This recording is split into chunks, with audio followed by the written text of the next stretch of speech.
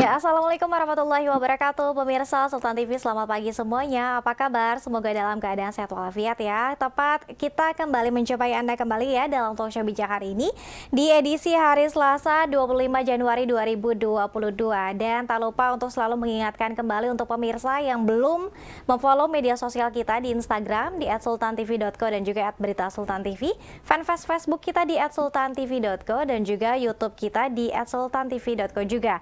Anda juga bisa menyaksikan tayangan kita melalui jaringan TV satelit Ninmedia di channel 026. Nah, hari ini kita akan membahas tema yang sangat menarik dan ini perlu diketahui bersama terkait dengan potensi ancaman dan juga mitigasi varian Omikron, pemirsa. Seperti kita ketahui bersama bahwa lonjakan kasus COVID-19 ini kembali terjadi di Indonesia dan ini isi juga begitu ya dengan varian baru yakni Delta dan juga varian Omikron. Lalu seberapa bahayakah penularannya dan juga efek samping ketika misalnya kita terkena dan juga terpapar COVID-19 untuk varian Delta dan juga khususnya Omikron. Kita telah terhubung dengan Dr. Meta Melvina selaku vaksinator Inharmony Clinic dan juga tim advokasi vaksin COVID-19 IDI, Ikatan Dokter Indonesia. Assalamualaikum dokter.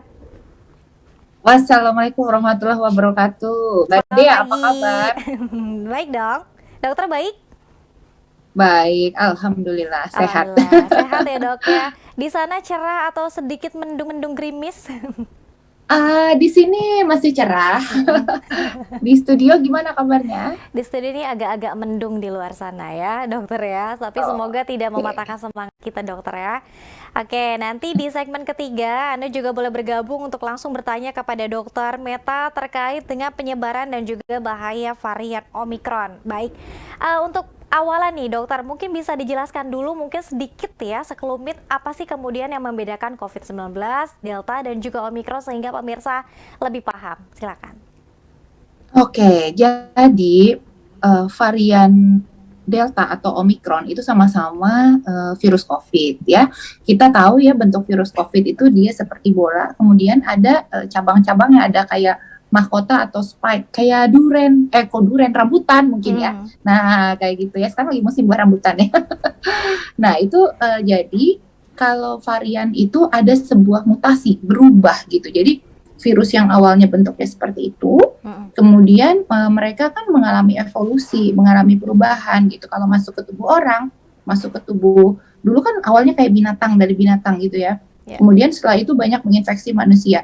Nah, tentunya terjadi perubahan dari virus itu. Kenapa virus harus berubah? Supaya dia bisa mempertahankan diri, karena dia juga pengen eksis gitu. Nah, dia Hmm. juga nggak pengen cepat punah, jadi dia pintar, dia bermutasi, dia merubah struktur virusnya sendiri, struktur badannya supaya berusaha supaya tidak dikenali oleh antibodi dari tubuh orang gitu. Jadi dia bisa escape gitu ya. Jadi akhirnya dia bisa berkembang biak. Itu adalah salah satu cara mereka untuk mempertahankan kehidupannya gitu. Jadi varian-varian itu udah banyak tuh ya, sampai sekarang Hmm. udah sampai Omikron gitu ya. Tapi apapun variannya sebetulnya pencegahannya masih tetap sama gitu. Hmm. Dan Pencegahannya kita masih bisa sama. memutus terjadinya mutasi itu kalau semakin sedikit orang yang terinfeksi COVID sebetulnya. Jadi Ya. semakin banyak orang yang terinfeksi, kita nggak tahu kan apa yang terjadi pada tubuh orang, akhirnya semakin banyak juga mutasinya.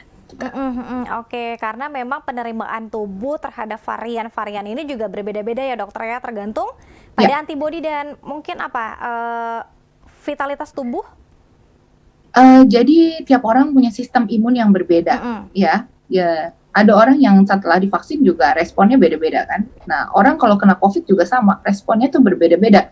Ada bervariasi, mulai dari yang tanpa gejala sampai gejala sangat berat sampai badai sitokin, gitu ya. Jadi bagaimana mutasi itu terjadi pun masih misteri sampai sekarang dan Mm-mm. belum ditentukan gitu. Apa sih faktor-faktor apa saja yang menyebabkan mutasinya? Oke. Nah, kalau Omikron sendiri, ciri-cirinya apakah sama persis dengan ketika misalnya kita terpapar COVID-19, dokter? Atau ada perbedaan? Masih mirip, Masih mirip ya? gejala di saluran nafas, ini bervariasi ya. Jadi kalau kita ketemu pasien dengan COVID-19 itu, kita mengkategorikan berdasarkan COVID yang tanpa gejala, gejala ringan, sedang, dan berat. Gitu. Ya. Nah, gejala yang tanpa gejala ya sama seperti varian sebelumnya, bisa aja cuman tanpa gejala gitu, dia tiba-tiba positif gitu, tapi dia nggak merasa dia positif. Itu adalah benar-benar tanpa gejala ya. Tapi kalau gejala ringan itu sudah ada gejala, misalnya ada sakit kepala, kayak mirip flu symptoms ya, sakit kepala, bisa ada demam, bisa ada batuk pilek gitu. Terus biasanya paling gak enak katanya di tenggorokannya gitu ya. Terus kemudian kalau misalnya gejala lebih berat lagi, ada penurunan saturasi oksigen gitu. Nah, baik Delta maupun Omicron maupun varian lain gitu, itu seseorang bisa terkena range simptom yang panjang, mulai dari tanpa gejala sampai gejala berat gitu. Jadi nggak bisa dibilang bahwa oh yang Omicron ini jauh lebih ringan ketimbang Delta. Ya memang sampai saat ini kalau kita lihat pasien-pasien dengan kasus Omicron itu memang lebih ringan. Tapi kita nggak tahu apakah karena memang Omicronnya lebih ringan atau karena orangnya sudah pada divaksin, jadinya bisa lebih ringan penyakitnya. Oke, ini artinya perlu penelitian dan juga kajian lebih lanjut lagi terkait dengan varian Omicron ini ya.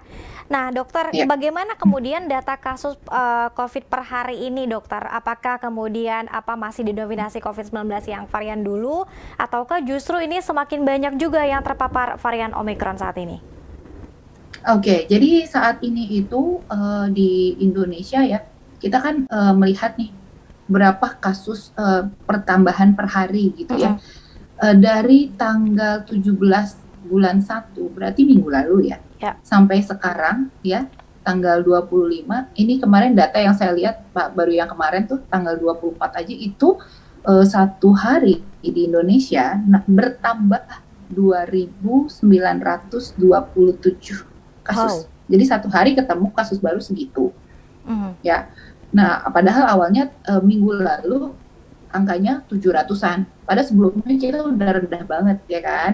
Nah, dan itu spreadingnya tuh kayak jauh lebih cepat loh gitu. Walaupun angkanya masih ya jauh dibandingkan negara lain, kita masih lebih terkontrol. Tapi sooner tuh akan meledak gitu. Nah, untuk Omicronnya sendiri tercatat 1.626 yang terkonfirmasi Omicron. Artinya apa?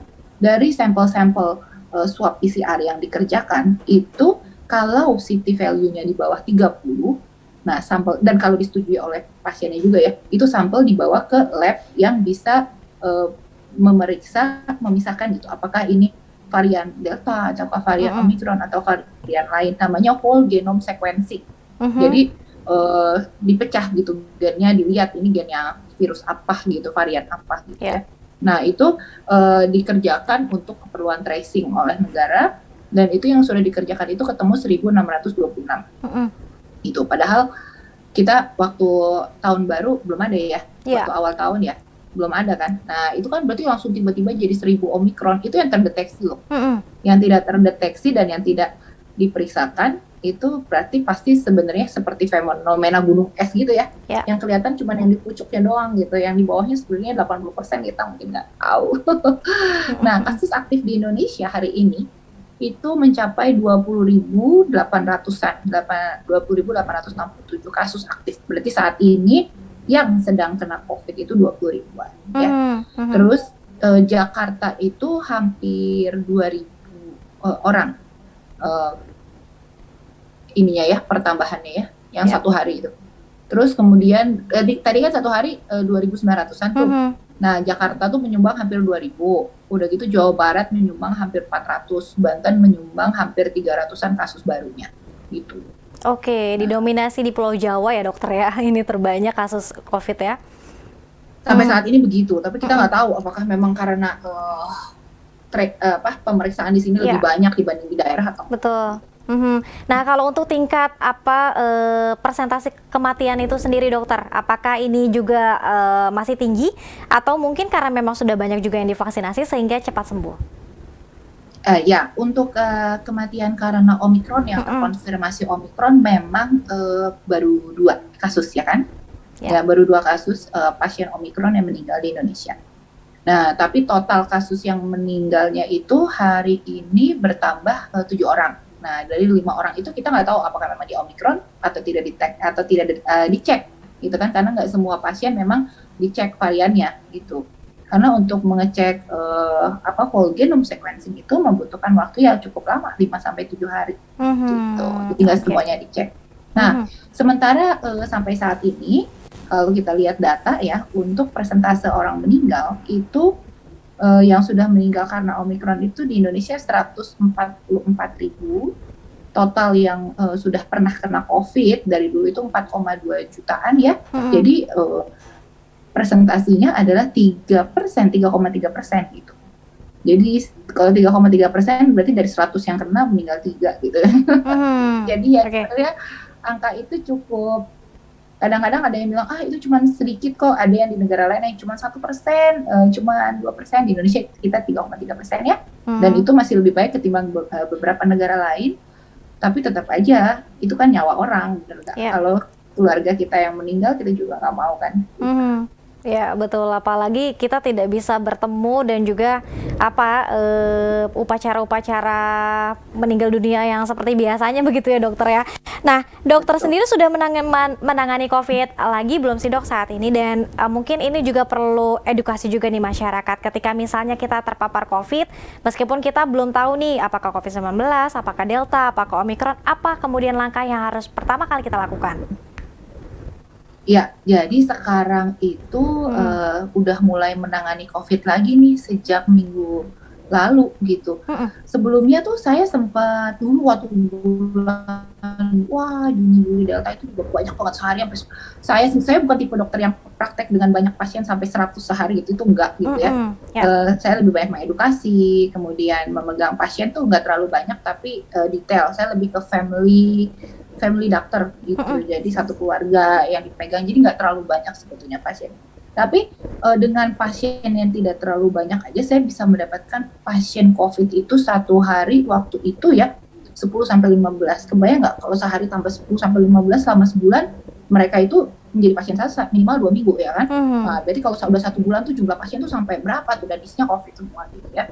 Udah berapa ratus mungkin ya, lebih beratus-ratus gitu. Nah jadi itu udah banyak. Tapi terakhir-akhir saya sempat nggak pegang pasien COVID sampai ini pasien COVID udah nggak ada gitu kan. Wah udah oke banget nih, udah habis pasiennya gitu kan, udah nggak pernah pakai APD lagi gitu ya. Jadi karena mostly saya vaksinator ya, jadi pakai untuk vaksin kan sebenarnya nggak perlu pakai APD lengkap gitu karena kita nggak buka-buka mulut orang, nggak dekat sama orang COVID gitu kan, orang sehat yang datang kan. Nah sempat enak tuh, udah nggak pegang COVID lagi. Ternyata minggu lalu tuh udah mulai lagi datang pasien satu sampai sekarang. Saya pribadi saya udah nggak gitu ya, dan itu masih ada yang baru kena COVID, masih ada yang tracing kayak gitu. Jadi sekarang sudah mulai banyak lagi nih. Ini sekarang di WA tadi pagi ya udah di handphone udah balesin, dok mau telemedicine, tolong ini keponakan saya kena COVID, ini tolong si ini kena, si itu kena. Ini hari ini saya ngelihat di handphone yang minta telemedicine itu sudah ada 8 hari ini nih. Itu ada yang kenal, ada yang nggak kenal. Jadi kayaknya udah mulai rusuh lagi gitu ya. Nah kita pikir kok sebetulnya ini kan Jakarta udah masuk level PPKM level 3 per hari ini ya. Gitu. Kemarin kan berakhir tuh level 2. Nah per hari ini kita masuk level 3, tapi kenyataannya di lapangan kayak sama-sama aja gitu. Level PPKM ya gitu ya, kalau ngelihat orang masih kumpul-kumpul, masih makan dengan nggak ada jarak gitu, terus ada live music gitu kan. Terus ya pokoknya masih ini deh, masih sebenarnya bukan saya nggak boleh gitu, ada live music itu kan pekerjaan orang gitu ya, cuma kita bisa melakukannya dengan aman. Jadi bukan berarti nggak boleh ngelakuin apa-apa gitu, karena kalau nggak ngelakuin apa-apa juga ekonomi juga terpuruk ya kan ya. Kita nggak mau, tapi kita bagaimana menjaga keseimbangannya supaya kita tetap sehat gitu, nggak sakit gitu, tapi juga tidak bikin spreading dan tidak bikin ekonomi juga turun gitu. Terus tadi Mbak Dea tanya tentang bagaimana kalau kita terpapar Omicron gitu ya, terpapar COVID. Nah sekarang ini banyak orang pergi ke misalnya lagi habis makan sama teman gitu kan, ya bener kan, mulai makan-makan lagi ya. Nah terus tahu-tahu di telepon, ah ini saya positif nih, di swab positif gitu, terus langsung deg-degan kan, ada nggak sih kemungkinan kita positif? Ya ada, tentu Ada. saja gitu. Jadi apa yang perlu kita kerjakan sekarang jadinya kalau seandainya baru makan gitu ya sama teman, nah terus dikasih tahu dia positif, kita harus lihat kita makan berapa hari yang lalu nih sama dia gitu. Penyebarannya itu kan 3 sampai 5 hari, ada yang bisa sampai 7 hari gitu, tapi rata-rata 3 sampai 5 hari. Jadi yang bisa kita kerjakan adalah anggap diri kita juga terpapar gitu. Kemudian kita jangan sampai nularin ke orang-orang terdekat kita dan orang-orang di rumah kita. Jadi di rumah pun harus pakai masker, anggap kita positif dulu gitu. Bukan berarti harus langsung, oh kalau gitu saya langsung cek deh, terus aku negatif kok, udah gitu aman. Itu enggak. Jadi dari sejak paparan itu ditambah waktu sekitar 5 hari ya, untuk menunggu masa inkubasi. Nah setelah 5 hari itu melakukan swab PCR gitu ya.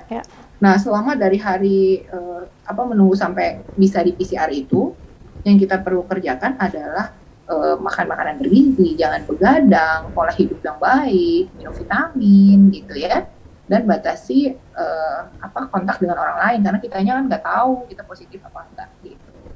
Nah semoga kan kita udah divaksin nih, semoga kalaupun kita kemasukan COVID itu udah punya kekebalan tubuhnya itu udah ada gitu untuk melawan COVID-nya gitu, jadi nggak jadi sakit, itu yang kita harapkan gitu. Tapi kalau misalnya akhirnya jadi sakit ya udah diobati gitu. Ya, oke. Baik. Nah dokter, nanti kita harus jeda dulu, nanti usai jeda saya juga pengen tahu bagaimana kemudian kita misalnya tinggal serumah dengan yang COVID-19, apakah boleh satu atap atau mungkin berbeda atap, tapi kan tidak semua orang punya 2 lantai gitu rumahnya ya dokter ya. Dan kemudian saat ini seperti apa sih kesadaran masyarakat untuk diberikan vaksin? Mungkin juga ada yang masih menolak atau seperti apa nih dok ya. Nanti kita akan lanjutkan lagi dokter, kita jeda dulu. Tetap bersama kami pemirsa dalam Bijak hari ini.